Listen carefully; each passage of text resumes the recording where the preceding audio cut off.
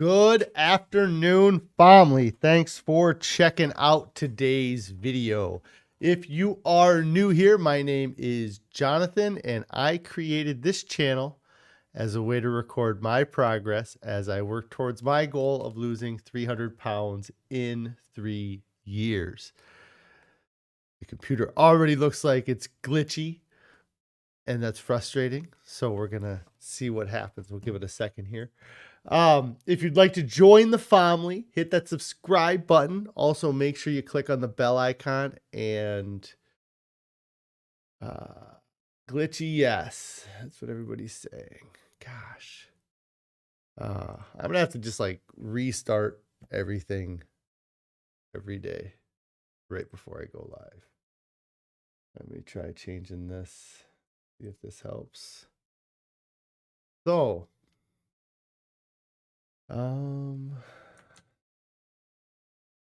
so we might do a reset here just because I don't want to have to deal with this being glitchy. So, give me a second. Everything is going super slow now, so I don't know if it's my internet or if it's my computer. So, I'm going to give it a second here. Seems that's definitely my internet. All right. Let me see. It looks like it's tracking a little better now though. So we're gonna go with that. No, it's not. That's like me before. Okay. Rick says it's great now. So we're gonna give it a shot and see what it says. Let me go back to this. So if you'd like to participate in on the discussion, you can join me on my live streams. Hopefully I don't have technical difficulties every time you come to check me out live. I'm on YouTube here at 4 p.m. Central Time, or outside of the live streams, you can consider joining the Discord I created. There's a link for that down in the description below. Also, if you are interested in getting some ideas of the meals that we enjoy, we've created a link to a Pinterest board that has a lot of our family's favorite whole food plant-based meals there. Today is day 714 of my 3-year challenge to lose 300 pounds. I've used a combination of extended water fasting and a whole food, plant-based, salt, oil, sugar-free diet to lose over 220 pounds. I have just over a year to go on my 3-year challenge. I'm looking forward to reaching my goals and living the rest of my life at a healthy weight. Let's switch to the main screen here. If I can find my cursor. Here we go. All right. I hope everybody had a great weekend. It was really not too bad here. The cold weather definitely came in yesterday and stuck around today. So if you're in the Midwest, you know how cold it's been the last couple days here, but it was a fun weekend. Real quick, I will go over some of the food we had. I don't think I did a great job taking photos of the food that I had all weekend, but I did take some photos. Real quick, just say hi. Hi, Rick and Christy and Tennis and Yoga Girl and Our Tiny Acres and Carrie and Janet. Thanks for checking out the broadcast here. Let's take a look. Our Tiny Acre says they're enjoying a smoothie while listening and talking. Thank you. All right, let me pull this up and see if it works. You know, I thought I had it linked. Maybe that was something that was causing me an issue. All right, let's see. And that was dinner on Friday evening. I talked about this a little bit before I went home on Friday, that I never really think of a salad as a dinner, or I had not thought of a salad as a dinner previously. Before starting this diet, it always seemed like it was a side dish or something you ate before you actually had dinner. Now we eat very large salads with lots of wonderful ingredients in them. This is what we had Friday evening. As you can see, there's some peas and corn, spinach, kale, lima beans, carrots, red peppers, onions, let's see, cucumber, and everything from the garden you could have in a salad there. And it really tastes amazing. Now, when we started this diet, we had a dressing that we really enjoyed. It was a mustard kind of dressing that used like a tahini and a maple syrup, or sometimes dates, to sweeten it. And that's what we had with our salads. Since I've done this reset that I'm on like day 47 of, I've tried to cut out some of the calories that I was getting from things like tahini. Carrie made a dressing for the salad that was maybe raspberry or strawberry based. Maybe it was strawberry based. That I decided to not use, and so I just ate the salad without anything on it. And I really liked it. I definitely ate it slower than I usually eat the salad when it has that really sweet mustard dressing on it.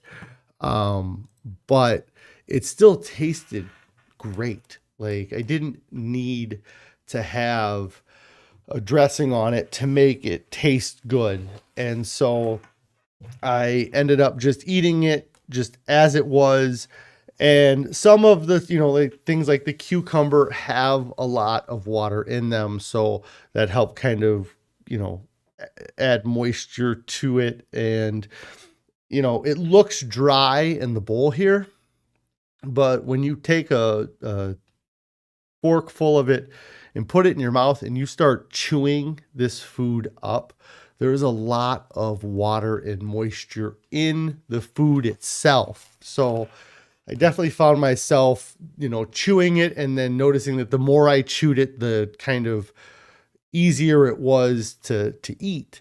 And so, like I said, I ended up eating it slower than normal, but enjoyed it just the same as I always do. So that was dinner on Friday. I'm looking here and noticing that it looks like I did not take any photos of our breakfasts all weekend. And we had our oatmeal that we have normally. I think both days, or maybe Sunday we didn't, because I ended up eating some leftovers for breakfast. So this here is this next thing we had on Saturday. I really like. We haven't had it many times recently, but I do enjoy it. I think somebody at work last week mentioned green peas. And so Carrie made it her mission all weekend to use as many green peas as possible. Also, she bought 4 bags of spinach on accident on Friday. So I also think that her other goal was to try to get as much spinach into our diet this weekend as possible. But this is the pineapple rice that we had for dinner on Saturday. Another great recipe. The pineapple gives it a really good sweetness. And then the carrots, red peppers, and peas. This was a great dinner on Saturday.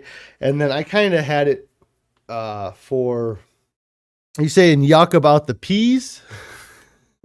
I'm not sure what you're saying yuck about there, Rick. I imagine it's the peas. And then the The thing about the peas, yeah. So if you're not a fan of the peas, one of the things we were eating,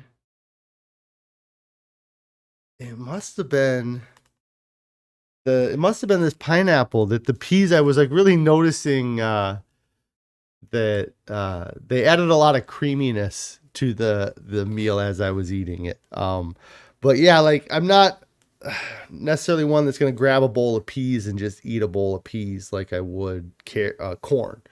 But in a recipe, it wasn't bad. And so that was dinner Saturday. And then Sunday, I had this for leftovers fairly early in the day. And then for dinner yesterday, I don't know what the name of the soup that Carrie made for dinner yesterday, but it was like this tomato and barley soup that again had peas in it, some carrots, and then the barley. And I had to kind of laugh.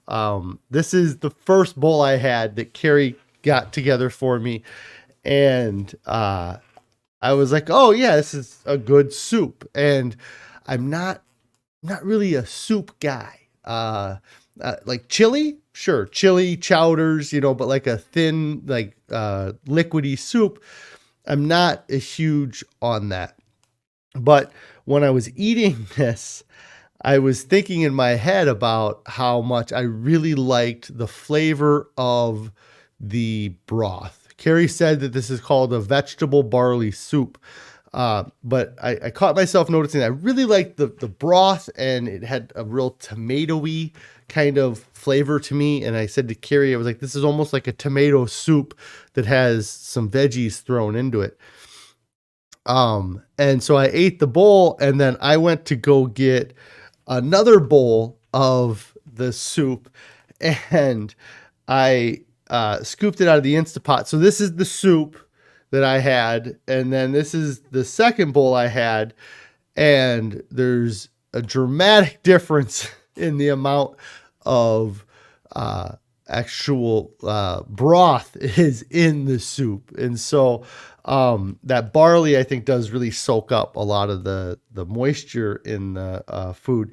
But the bowl that Carrie made us to begin with, she kind of scooped the soup out and then took a couple extra spoonfuls of the broth to make it a soup, but then that took broth away from the rest of it. So it went from like a soup to like this is almost like our, just like our chickpea tikka masalas or the other things that we eat.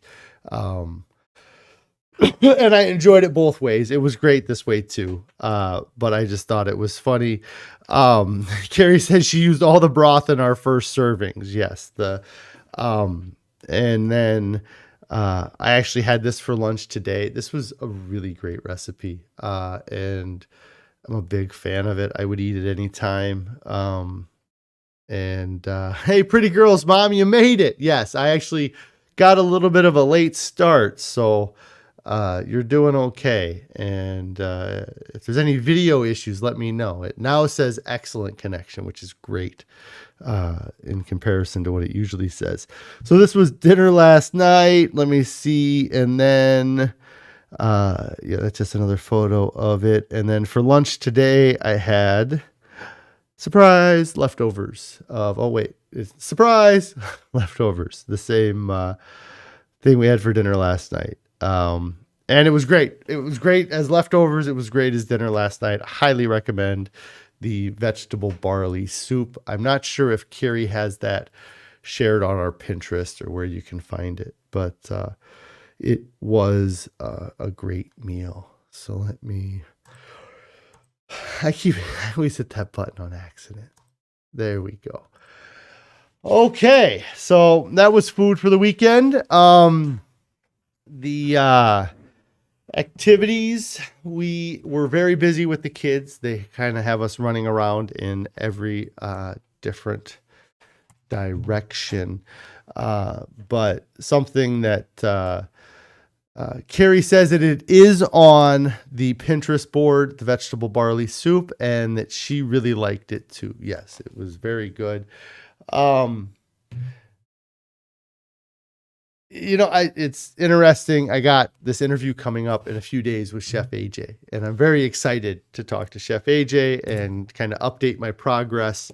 But one of the things that kind of also done is had me kind of in my head, what are we going to talk about? What I talk about, and what's different, because the part of this is going to be kind of an update from the last time I was on. Her show was in May, and then I did talk to her I talked to her private group in June or July, just about what was going on.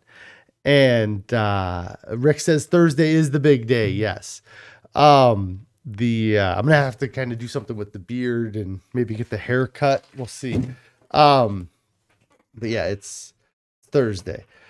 But what's different? Like, where am I at? How, like, have I lost much weight? And I have lost a little bit of weight, not a ton of weight since May. But I have lost, actually, I have lost a lot of pounds, but I also gained a lot of pounds. So, but I feel like I have a much better grasp on the diet now and things. And one of the interesting points that I was thinking about in my head was just kind of knowing, yes, Rick, I'll try to remember you guys when I become a big star. The one thing that I have definitely noticed that is changed is my kind of mindset about things, and about, so for so long I kind of had said I need to figure out how somebody who weighs 220 pounds eats, and that is partially right. I think that what I need to find out is, what does a 220 pound Jonathan need to eat to be 220 pounds? It's something that I kind of, there's so many examples of what people do to lose weight and how they lost weight and where they, what, mechanisms or tools or things that they use. But there's a tendency for us to try to reduce everything down to what will work for everybody. If I can give you a plan that will work for the most people, then that's where they see the most success. And so these plans are all they're so broad, and they are, like I said, to give the most people a chance of success, but they're not necessarily fit or individualized to that single person.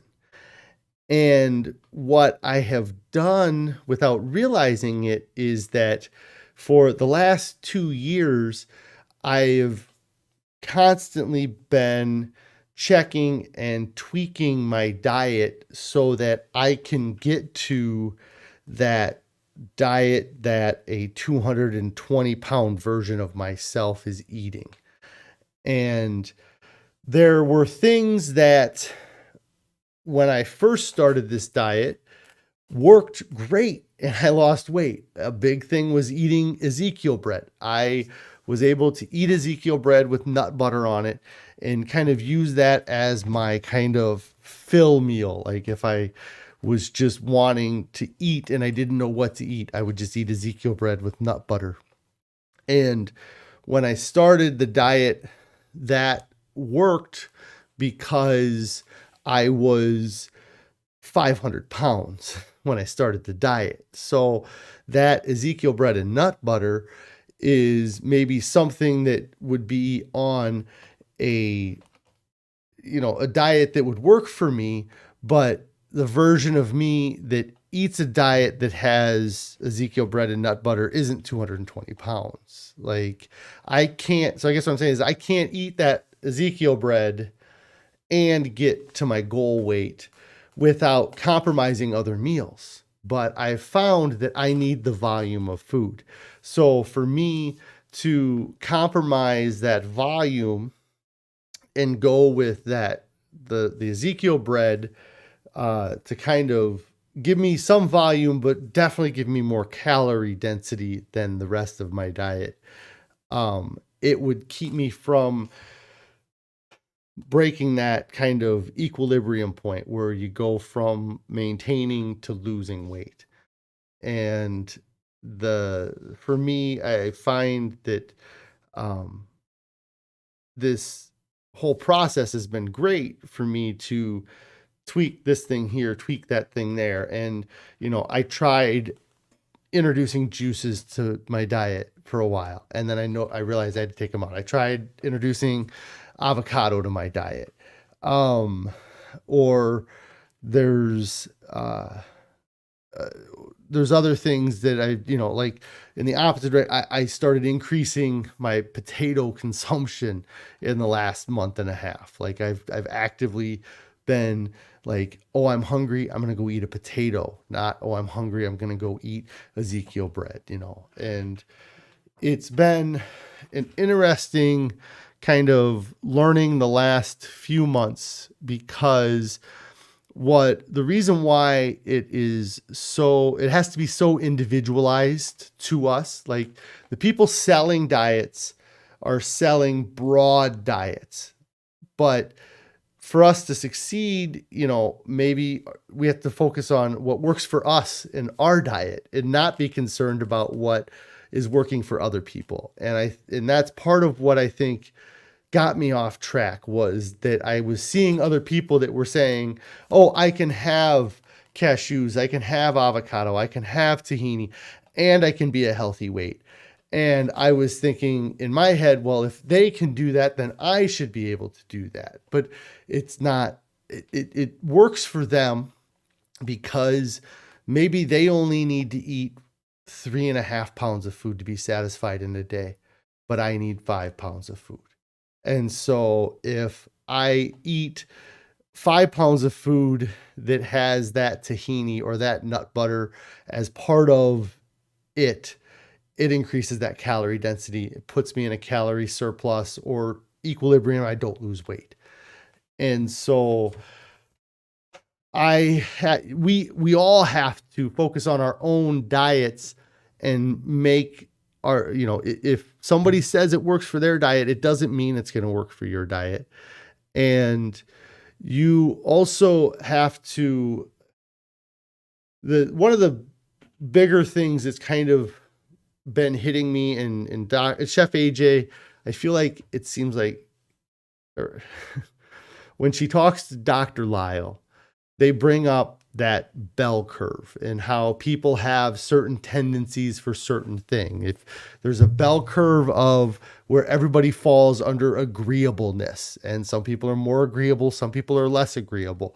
There's also a bell curve for some, openness, and for but also diet things. There's a bell curve for how much food you eat in a day, or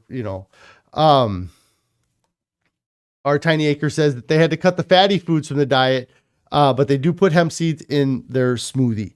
Yeah, and you have to make that choice for you. And you can say, hey, I know putting hemp seeds is higher fat, but I'm still seeing success, and it's working for you, and that if you get closer to your goal and you're not getting that success, that, maybe the extra 100 calories you're getting from the hemp seeds is keeping you from that success. And it seems like it wouldn't be, but it is a collective of those things. If it's an extra 100 calories of hemp seeds every day, 7 days a week, that's 700 pounds a week. In a month, that's nearly a pound of extra calories from hemp seeds. But like, yeah, you're seeing good success at the moment, then it's great, you know. And I was seeing success when I was eating the Ezekiel bread. What I kind of maybe mistakenly thought at the time is that I would continue to be able to eat that Ezekiel bread and continue to see success. And the only way I could have done that is if I would have cut out other things, or if our diet would have stayed identical too. But the longer you eat a certain way, the better you get at cooking it, the better you get at preparing it for yourself and making it to your tastes. And then you will start to increase the volume of it you eat. Once you start to make it to the way you like it, if you first started and you were eating a cup of it, maybe 2 months later, you're eating a cup and a quarter of it, and you don't even realize that you're eating a quarter cup more of that food. But you end up, just because of, like I said, getting used to it, getting better at cooking it, and it becomes kind of more part of your diet. You can see that happen. And so, and the weight loss I'm seeing, you know, I've seen great poundage the last few weeks, and I'm really hoping to see good weight loss this week as well. But that I'm seeing a couple pounds weight loss every week the last 2 weeks. If I weighed 220 pounds and I ate the way I ate this past week, I wouldn't have seen a 2.5 pound weight loss. I may have seen some weight loss, but it wouldn't have been 2.5 pounds. And and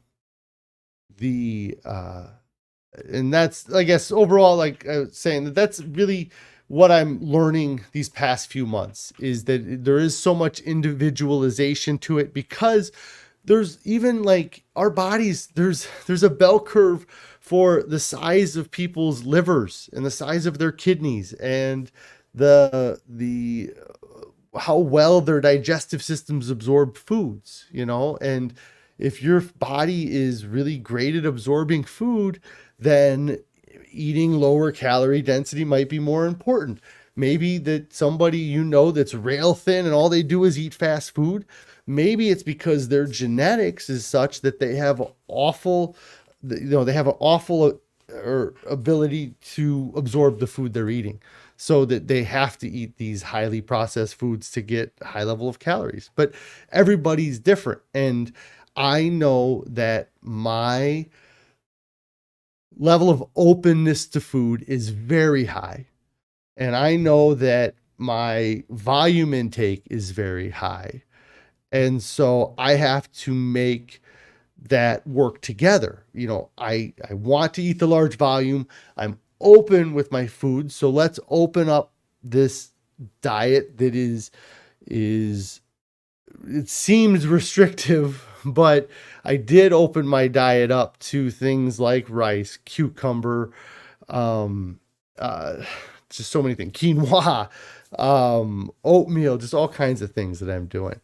Our Tiny Acres says that you were 276.5 pounds this morning, and you were 325 on July 8th. That's awesome. You're so close to 50 pounds since July. That's like 3.5 months. That's awesome. Incredible work. That's really awesome to hear that. And, but yeah, so for me, it's been a big part of this is finding what is gonna work for me, and not being jealous is not the right word, but not looking for solutions in other people's diets, I guess. I've proven it to myself over the past 2 years that if you stick to a whole food, plant-based, salt, oil, sugar-free diet, you lose weight. And for me, I've proven that if I stick to this diet, I lose weight. Like, it's been very seldom that I've come on here and said, hey, I did everything right this past week and I stayed the same or I gained weight. It's nearly, I don't know that I have any weigh-ins where I say that in the past 2 years. But when I get on here, when I sit down and say, hey, this week I was on diet, everything was great, I usually see success. And so, amazing difference in how you feel losing it. Yeah. It's, well, and to lose 50 pounds in 3 months, I mean, that's, and I did the same thing when I lost the big weight over the course of that first year. Is you almost feel like a teenager that isn't used to walking on the legs you got, like that you had a growth spurt, only this way it was a deflation. You said your friend watches you eat potatoes and fruit and doesn't understand losing. Yeah. I mean, it's,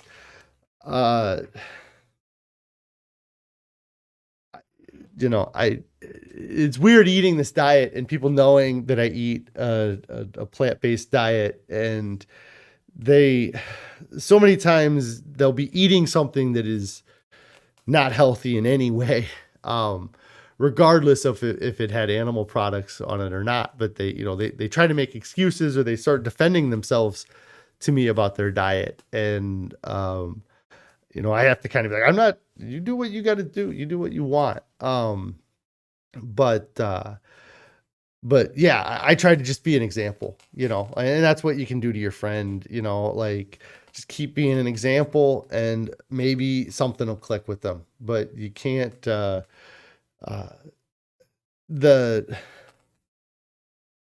it's just crazy that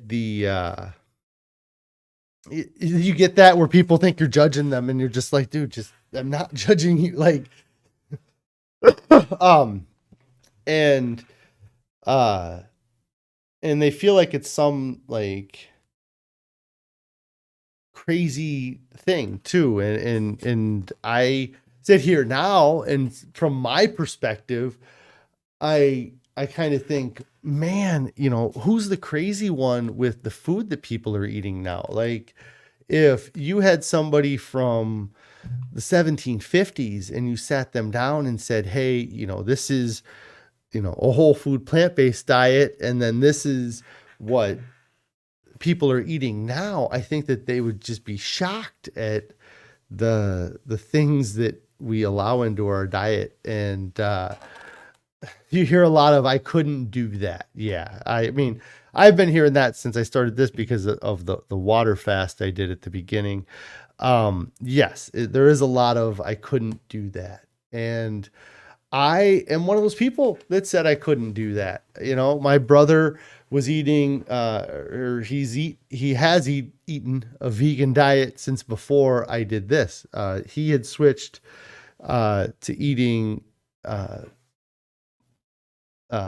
diet with no animal products because of like Kevin Smith, Ray Cronice, Penn Jillette, kind of those people were popularizing the potato diet, and they all lost weight. And so he switched to eating that way in like 2019.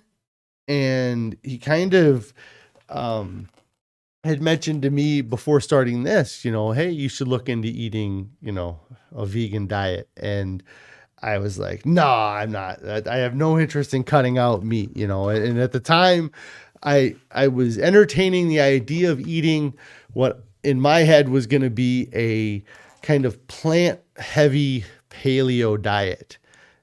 Going into my fast was kind of in my head. I was like, if I can figure out how to like eat a lot more fruits and vegetables and then eat like really good quality meat. Maybe that's what I need. But now I look back and I'm so happy I did do it. And it's not for me, it was not a extremely difficult process, because it wasn't my intention when I started my water fast to come back and not eat meat again. But once I came back and then I wasn't eating meat, I was already 30 days, or I was 42 days removed from having it. So it wasn't like I was like day one, like, that sucks, I'm never going to have meat again. Because when I started this for the first 20 days or 25 days, I was thinking I was going to have meat again. So I tricked myself into doing it. So that's what you have to do. You have to trick yourself into doing it. But just the processing, I've said it so much, the buying of brown food because it's in red boxes or blue boxes or orange boxes or whatever color they think is going to spark you to buy their product. Like, that is really been the thing. Rick says that you would love to know how to start a water fast other than the obvious. Yeah. I would, yes, a couple recommendations I'll give you. If you drink coffee or anything with caffeine or anything addictive or anything that's known to be addictive or shows addictive tendencies, I would quit doing that like a few days to a week before you try doing a water fast. A lot of times people get headaches during water fasts. I feel like, or I don't know, I'm not a doctor. This is all just me just talking, but I would think that going through a water fast is already difficult enough to also go through the withdrawal symptoms that you would go through from coffee or alcohol at the same time would make it more difficult. So if you can remove that from the equation, it would make doing a water fast easier. I would not worry about doing super long water fast.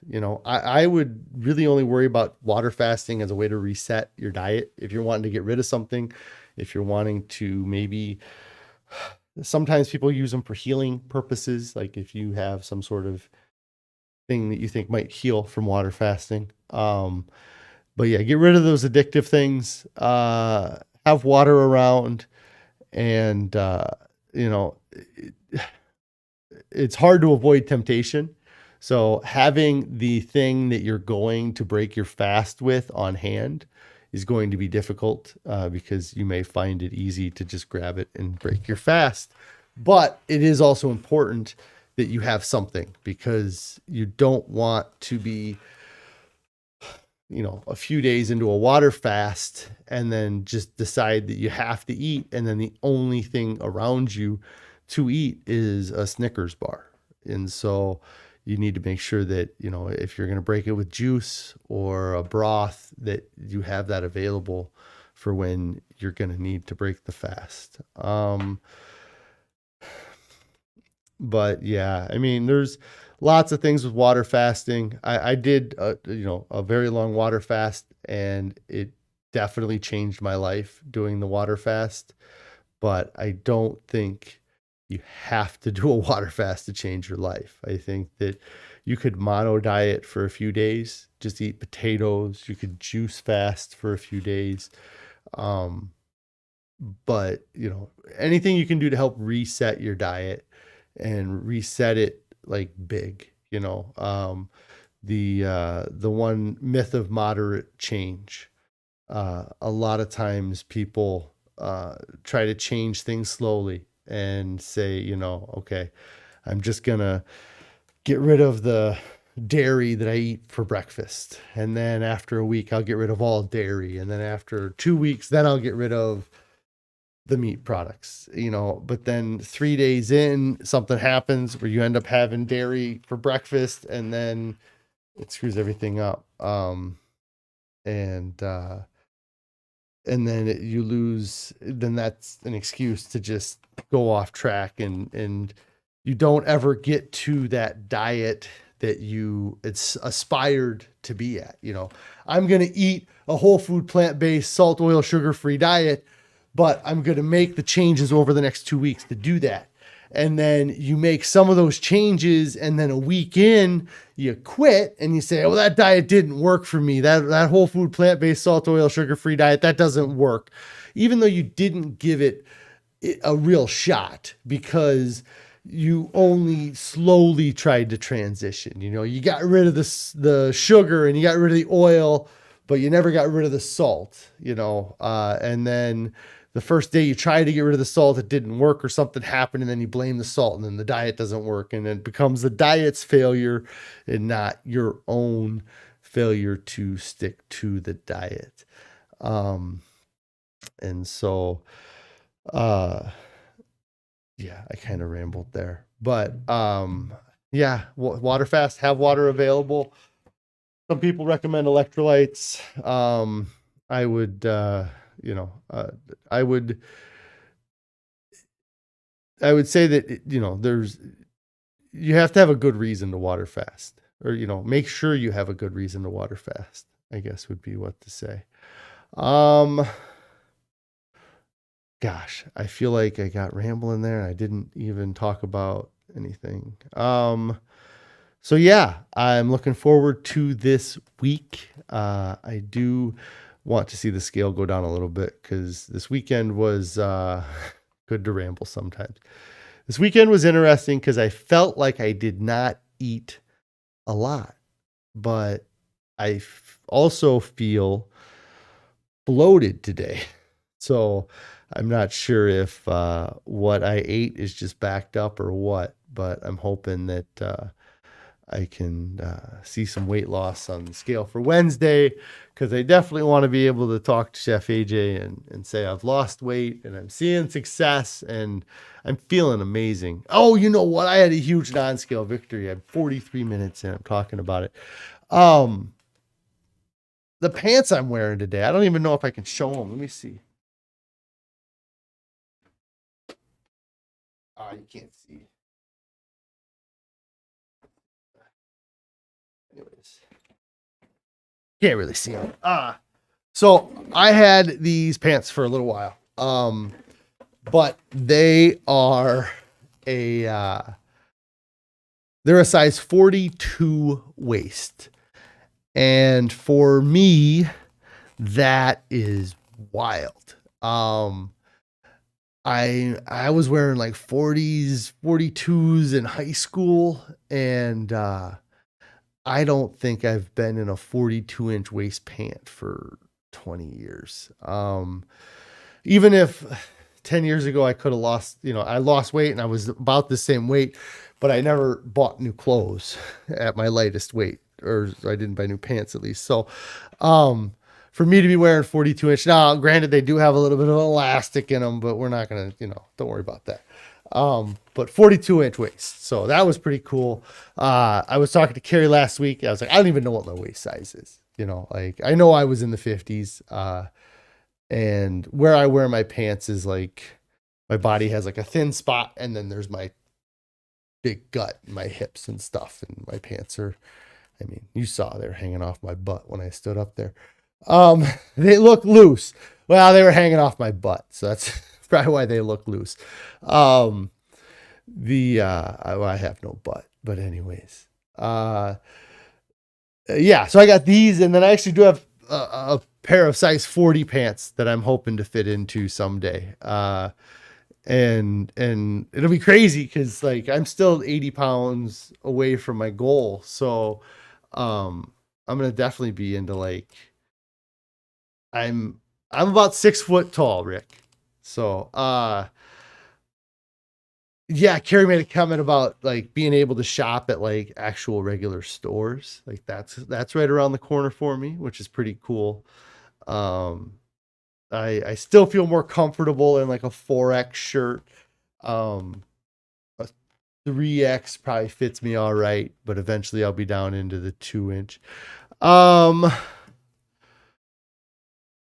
Rick says you weigh 211 and you have a 42-inch waist. Yes. There's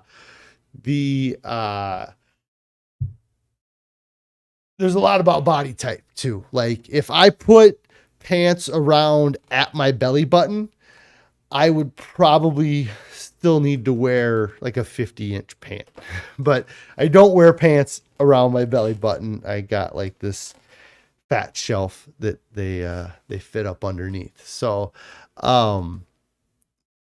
yeah, there's definitely some with size, but how tall are you? I guess too, that might make a difference, but being 6 foot, I'm sure helps. So Carrie says that she thinks that we had some 60 inch pants. I'm pretty sure we did. It might have been dress pants, but I'm pretty sure that once I started having to buy 60-inch pants, I just started switching to pants that were measured in XLs, like sweatpants and other things like that. So you're about my height. Yeah. So, but, yeah, it's definitely, probably where you wear your belt. Like I said, if I wore my belt up around my hips, it would be, much bigger. So, let's see. So that was my non-scale victory fitting into these pants, and had a great weekend. It was fun. Yeah. So looking forward to the week. I'll be live again tomorrow and Wednesday and Thursday and maybe Friday. I got a crazy week though, cause, Carrie's out of town. So I might lose weight just cause I have to fend for myself. Anyways, I think Friday, I probably won't go live, but the rest of the week, I think I can make it work. Anyways, I really appreciate you guys checking out my channel, following along with my progress. All of the support has been amazing. I'm really excited to be closing in on the end of year 2 of this challenge. Even though I planned to do this for 3 years, I don't know that I ever thought I'd actually make it this far. So I'm excited that I have. Yeah, Artane Acre says you wore a men's 6X sweatpants when you weighed 399 pounds. Yeah, I know about large pants and those big XLs. Yeah, anyways, thank you guys. Click on the bell icon so you get alerted when I go live. Click on the subscribe button so you can subscribe to this awesome channel. Hit the thumbs up so everybody knows that this was an amazing video that they should watch. And if you haven't started your diet, get started right now. There's nobody that looks back and wishes they would have started later. Nobody wishes they would have waited. Anybody who reaches their goals looks back and they wish they would have started sooner. Tennis and Your Girl says, keep celebrating your victories. You are on the right path and doing well. Thank you. And don't fall for the 2 myths of moderation. I haven't talked about it in a little while, but I brought it up earlier. The myth of moderate change, the idea that you can make slow incremental changes and then eventually you're going to be eating this amazing healthy diet, is not reality. If it was reality, there'd be so many more people that'd be thin, because we would all be able to just say, hey, I'm going to start eating a side salad before dinner every day. And then eventually, instead of eating that crappy processed food, my whole dinner is going to be side salad. It doesn't happen. You never get there. And then the myth of moderate consumption, the idea that a little bit of something unhealthy is okay. The idea that we can reduce and eat a moderate amount of food. The idea that, I'm going to go out to eat and I'm going to tell them, you know what, I want to order that big meal, but I want you to box half of it because I'm going to take it home and eat it tomorrow. You know, you might be able to do that for a couple meals, but it doesn't last. It's not a sustainable diet program to reduce your calories, to reduce your volume. And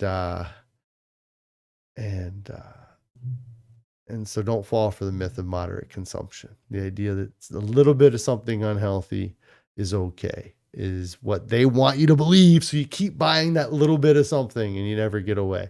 Carrie says potato and broccoli for every meal.